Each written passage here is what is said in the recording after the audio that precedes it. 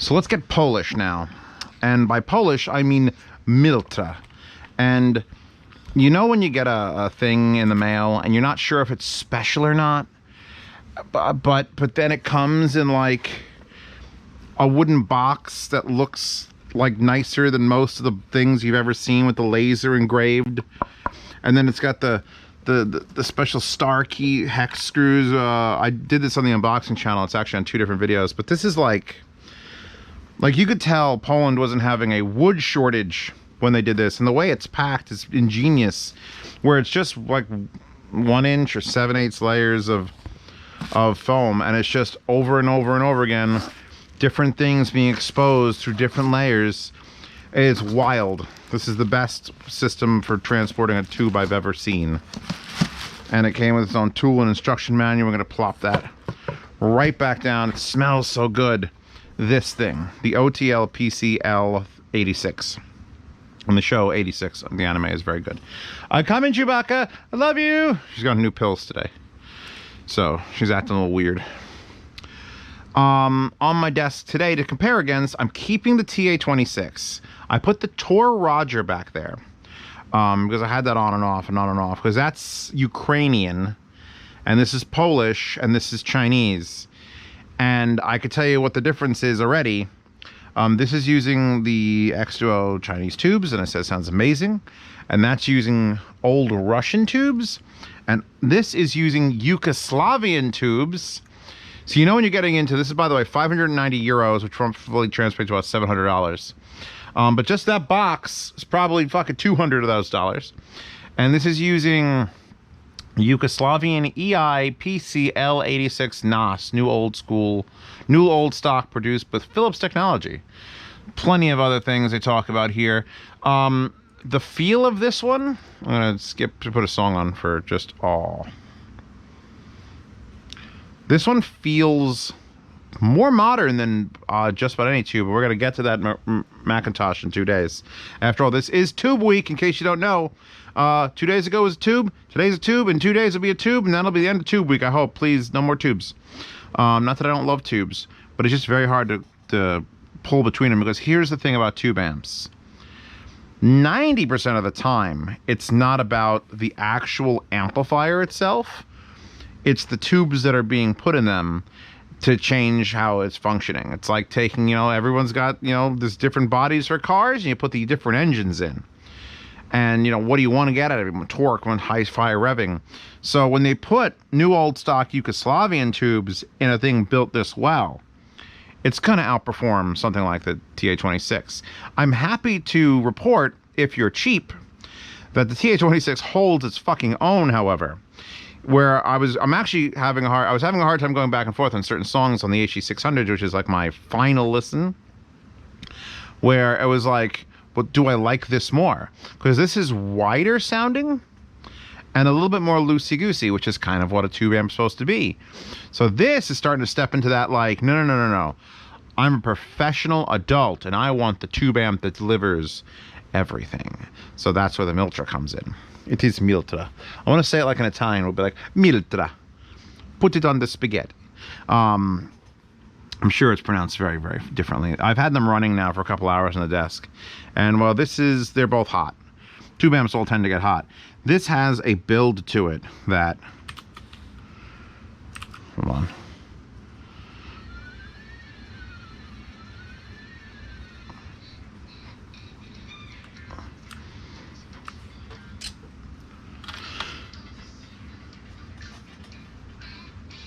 Yeah, this is actually softer and wider. So I don't know. That's sort of my preference. But this thing, so if we look at it, it's smaller than the TA26 by a grand mile,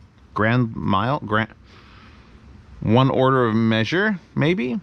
I'm feeding it the same way I was last time, using the IFI Neo IDSD, using splitters into world's best cables to the same exact source to compare between them, because it'll be real hard for me to just plug into this and nothing else.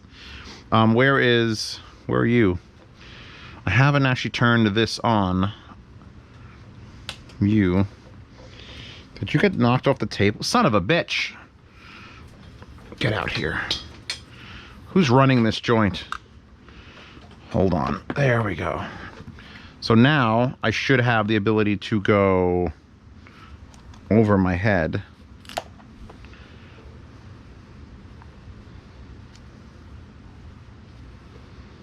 What is feeding you that is not turned on currently? The Pegasus.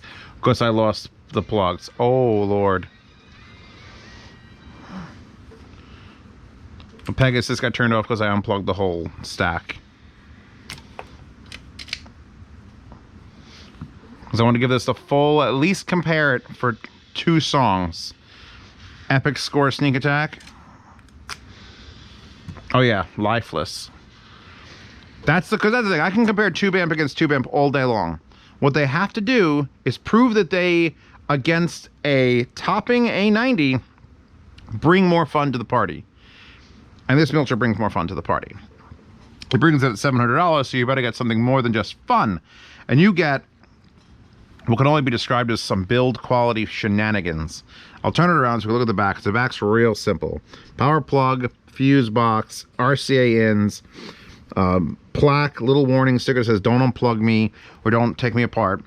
You get the Tordial transformer in here. Instead of a normal box transformer like this or the Dark Voice have, you got a round one that's in a machined aluminum like chassis with the company logo on top that is just like, it stands out quite a bit. The machining, the machining continues here with these bolted down tube, I guess, guards, because they guard the bottom of the tubes that are exposed here. Not really a lot of protection, so it's mostly for looks, but do actually make it look really nice. In the front is this single huge giant fuck off piece of aluminum with this other circular aluminum thing, which shows off the fact it has a digital volume control, which I know what you're thinking, but Zeos is supposed to be analog, all analog. Why isn't it all analog? Relax, buddy, relax. It is. It's using a resistor ladder, which is analog, and it's just switching through pairs of resistors, but with no noise. And they're actually very proud of this. It has no sound when you turn it up. And the fact that the volume control has white LEDs, when you turn this on, when you turn this unit on, which I could turn it off and on again, but I'll just describe it to you, it will slowly count up the LEDs until there's a built-in timer that will not let you hear anything until it has gotten all the way from no dots all the way up to the final dot all the way at the end, and then it goes deet deet, and then goes back to wherever your volume was set previously. So this is an infinitely spinning knob, and you set your volume with a digital readout that's fucking... Oh, by the way, going back to 2 days ago with the X Duo, I never mentioned the fact that I had to take a magic marker, a silver marker, and draw it on that to sort of just indicate. I talked about the volume knob for a bit, but I never talked about how shitty the little toots, the little cut they put in it is. It's not good enough, X Duo. Fucking yell at you. That one's fine, that one's fine, that one's digital with the big number. That's it could be better. But that one, just a little slash in the red. I'm like, no. This one, you could tell where your volume is from space. And it's not annoying. Here's the thing, it's not annoying. I've had volume knobs with like bright fucking flashing IDs, super annoying. I want this one to sort of stand out. You're paying $700 for it. You're importing it from another country. Or if you're in Europe, you're importing it to yourself. If you live in Poland, hi, if you live in Poland, here's your Polish wallpaper. Actually, she's wearing glasses. I think that's what I'm going to go with. Every one of the tube videos will have a girl with glasses. So look forward to 2 days from now. Or in 4 hours for me, in that case. So you got a digital power button, a digital completely rotating infinitely volume knob that just shows, you know, I think it's a little fast. I would like to see this be slowed down if they could. I mean, I'm sure it's just reading off a thing. If I go super slow, it actually seems to go up faster than if I just go up, you know, like a normal speed. Could just be in my head, but it will literally turn it on. When you turn it off, that goes amber to say it's in standby. When you turn it on, it's just a beautiful white. Am I not hearing anything?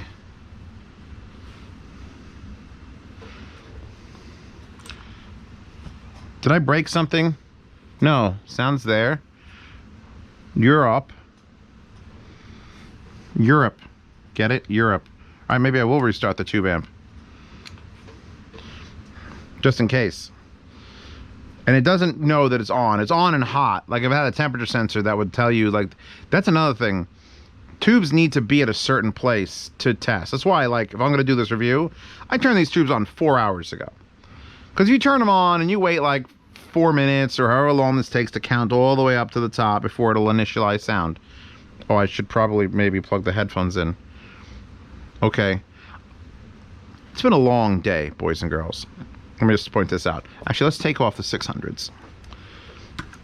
You can see how long it's taking. It's still counting up. And when it counts up, finally, we're going to have the Neumanns going. I'm like, headphones are on my head. Why does it make sound no go? 2 left. 1 left. Click. And it goes right back to the volume I had it set up previously. I like to see sort of like technological innovation in tube amps. It's just like analog volume knob, analog volume knob. Even this is basically just an analog volume knob with a remote control that twists it. This is a digital volume knob. I like that. This is a digital volume knob. I like that. Actually, no, I'm wrong. This is an analog volume knob, but this is just has a DAC with Bluetooth and shit built into it.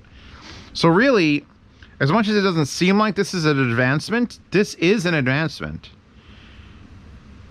And it isn't like there's only that many volume steps. You get 3 or 4 steps of volume between each LED. So it's very, very, very precise. And the reason they do that is because volume pots tend to drift, where you have more bias left and right. And with tubes, you already have that problem. So eliminating one of the problems with the volume pot will allow you to at least only have the problem of maybe a tube has greater or less than.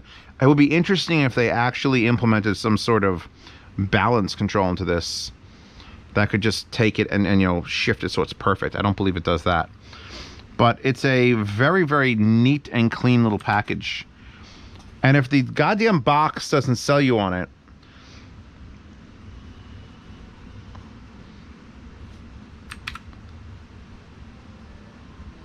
yeah. Oh, my headphones apparently are trying to play music. What do you want me to play? Headphones? Thomas Dolby. She blinded me with science. Perfect.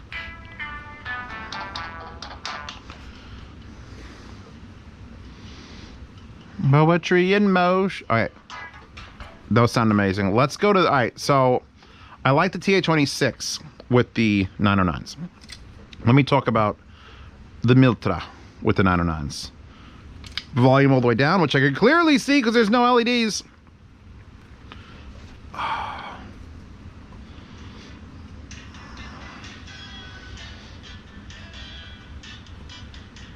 See, I don't think this works as well as that does, or that for that matter, because it's trying to be very clean, which is something we talked about last video, where it's sort of not. Ooh, Inception vinyl with these though. It's not destroying the music with tubiness. It's keeping it very clean with tubiness. Once Upon a Time in America. Wow. The Platinum Collection. Cockeyes song. Have I never heard this? This is definitely from a Kill Bill. He must have licensed this for something on Kill Bill. I like how you could see just a little bit of the LEDs in the back lighting up behind everything. There's nothing else feature-wise I could describe with this amp, so it's going to be all sound from here on out. I've been trying to do like timestamps, and it's hard when you're like, build, fucking amazing. The box is just a rough metal. Like, this is actually a smoother finish, but I give that a pass. If we look at the bottom, which I don't like turning these things over, you have a beautiful plaque at the bottom that says number 10004. So I'm assuming this is the 4th one built and that I was sent for a review. So this is mass produced and this is not. This is hand painted, all the stuff in here and everything. Part of the reason you're buying this is because you don't want a mass produced thing. Now, the other part of the reason you're buying it is because Zeo says it sounds amazing and better than everything else in its price point. And I'm not gonna say that, because the Roger has its own loving sound, and it comes from those tubes and the way it's built. And the fucking TA26 here has an amazing amount of fucking tubiness for its price point. It's definitely like wider and less forward. I'm trying to decide the words I want to use, because the words I use will affect how well Miltra does when people are actually trying to look for it. Because I love this compared to the Dark Voice. Dark Voice is great, and then this is just a little bit better. It's the Dark Voice with a little more clarity. So what do I call it when this sounds more clear than that? Still has that tube echo, that tube like space, but it's a little bit narrower. So it's like a tighter, it's like a tube for your heart instead of just a tube for your head. It's like, woof. Am I bullshitting right now? Hold on, let me check my meter. No, I still got about 10 more minutes. I could pull this shit off.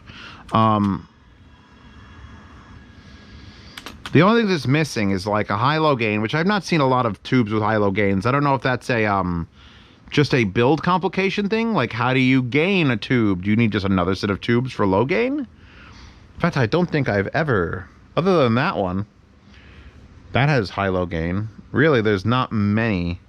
Maybe you could list them in the comments below. But as long as I could do this and go from very bland and plain, I mean, A90 is a great fucking amp. There you go, Bloodborne Dark Beast. That's what my girl calls my dick. That whole thing. Good quality echo, big space. Let's hear that same exact sound again. Whoa. See, that's the type of shit that tubes do. That is just, this is just a boom. It sounds like someone took a drum, walked into a cave, went bang, and you heard it ring out. And on that, sounds great. Sounds like they walked into a cave and hit the drum. But on this, it sounds like they walked into a cave, hit the drum, and then you did a little bit of ecstasy, just a little bit, and it was like, oh my God, man, I could see the waves. And the more you go, we have one more of those. It's a slightly louder one. I'll do this one just for fun. Hold. Actually, a little bit less impactful. I think the fact that this brings the sounds a little closer to you is kind of its selling point. It doesn't just have to go. These are smaller tubes. I always find that either more tubes or bigger tubes always give you the tubiest sound.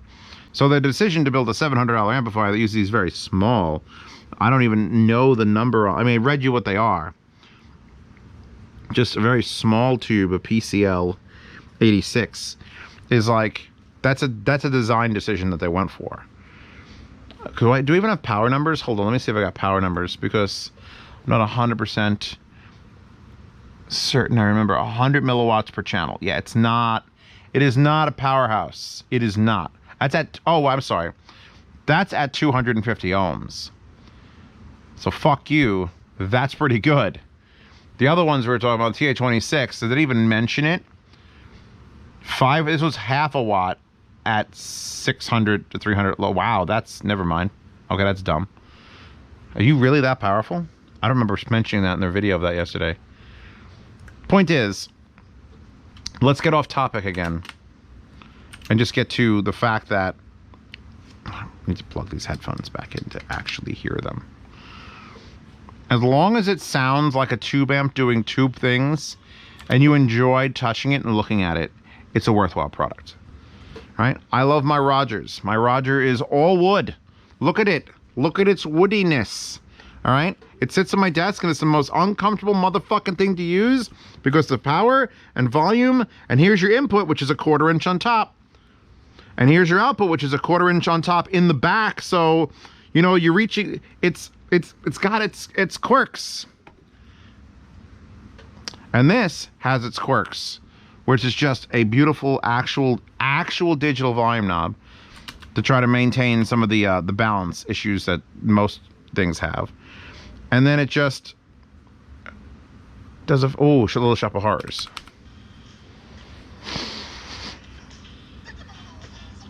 You know what? I'm over here telling you that it doesn't work as well on the 909s, and I'm just still listening to them. So I mean, that doesn't. You can't beat 909s sometimes for anything. I'm gonna go back to These, what other, all right, here, I have a question for the group, since you're all paying attention to me. After one Mike's Hard Lemonade, Zeos can't fucking do a review. What are your go-to tube headphones? Not including any of these three. Don't mention these. Although the 909s really are just, they're like the fucking Charlie Murphy wild card. Like, what are they going to do? Are they going to be great? Are they going to be shit? But like HC600s and Neumanns and Sennheiser HC280 Pros upstairs, which I should have brought those down. But I usually leave those on my... In fact, I was using those with the Macintosh when I was doing some testing. What are your go-to tube headphones? And what is your genre that you play to, like, show it off? Because many times people come down, I don't understand the difference between tubes and solid state, and I have to go and whip out these, or the 280 Pros, and I usually put on, like, something very classical, almost live. Like, live stuff is the way I go. Because it already has a space around it, and then you just increase the space. Like, if you play very flat, boring music, sometimes a tube can help that. But when you play big, open, lively music, it goes to like 11. You can't polish a turd. So with bad music, like there's some headphones that will help. Bad music, I'm looking at you, Harmonitine Zeus. But they won't fix it. It still has to have some semblance of good behind it. Lust at the Abbey. It's a good song.